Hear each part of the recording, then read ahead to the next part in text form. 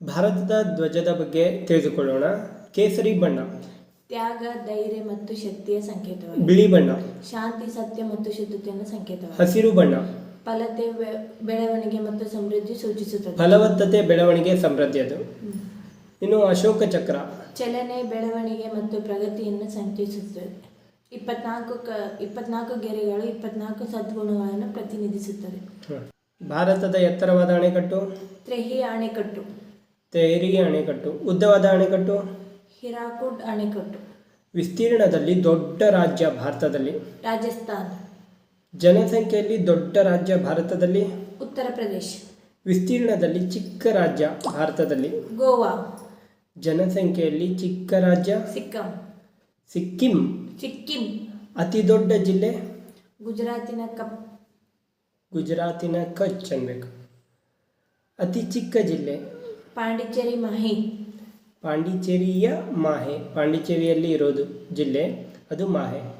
ಭಾರತದ ಉದ್ದವಾದ ನದಿ ಗಂಗಾ ನದಿ. ದಕ್ಷಿಣ ಭಾರತದ ಉದ್ದವಾದ ನದಿ ಗೋದಾವರಿ ನದಿ. ಎತ್ತರವಾದ ಶಿಖರ ಕೇಟು. ದೊಡ್ಡ ನದಿ ಮುಖಜ ಭೂಮಿ ಸುಂದರಬನ್ಸ್. ಉದ್ದವಾದ ಕಾಲುವೆ ಇಂದಿರಾ ಗಾಂಧಿ ಕಾಲುವೆ. ಎತ್ತರವಾದ ಮೂರ್ತಿ ಸರ್ದಾರ್ ವಲ್ಲಭಾಯಿ ಪಟೇಲ್. ದೊಡ್ಡ ನದಿ ದ್ವೀಪ ಮಜೋಲಿ ದ್ವೀಪ. ಎತ್ತರದಲ್ಲಿರುವ ಯುದ್ಧ ಭೂಮಿ ಸಿಯಾಚಿನ್. ಭಾರತದ ಅತಿ ದೊಡ್ಡ ಮರುಭೂಮಿ ಥಾರ್. ಅತಿ ದೊಡ್ಡ ಸರೋವರ ಚಿಲ್ಕಾ. ಅತಿ ದೊಡ್ಡ ಪ್ರಸ್ಥಭೂಮಿ ದಕ್ಕನ್. ಅತಿ ದೊಡ್ಡ ಬ್ಯಾಂಕ್ SBI. ಅತಿ ದೊಡ್ಡ ಮುಖಜ ಭೂಮಿ ಸುಂದರ್ಬನ್ಸ್. ಅತಿ ದೊಡ್ಡ ಬಂದರು ಮುಂಬೈ. ಉತ್ತರ ಭಾರತದಲ್ಲಿ ಹರಿಯುವ ಪ್ರಮುಖ ನದಿಗಳು ಗಂಗಾ ನದಿ, ಸಿಂಧು ನದಿ, ಬ್ರಹ್ಮಪುತ್ರ ನದಿ,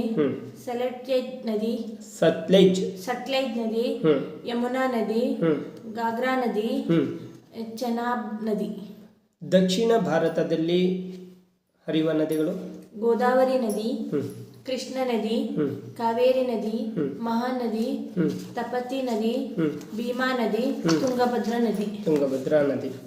ಗುಲಾಬಿ ನಗರ ಜೈಪುರ್. ಬಾಹ್ಯಾಕಾಶ ನಗರ ಬೆಂಗಳೂರು. ಸರೋವರಗಳ ನಗರ ಶ್ರೀನಗರ. ಅರಮನೆಗಳ ನಗರ ಕೋಲ್ಕತ್ತಾ. ನೇಕಾರರ ನಗರ ಪಾಣಿಪತ್. ಭಾರತದ ಧಾನ್ಯ ಪಂಜಾಬ್. ಮಸಾಲೆಗಳ ಉದ್ಯಾನ ಕೇರಳ. 5 ನದಿಗಳ ರಾಜ್ಯ ಪಂಜಾಬ್. ದೇವರ ಸ್ವಂತ ರಾಜ್ಯ ಕೇರಳ. 7 ದ್ವೀಪಗಳ ನಗರ ಮುಂಬೈ. 7 ದ್ವೀಪಗಳ ನಗರ ಮುಂಬೈ.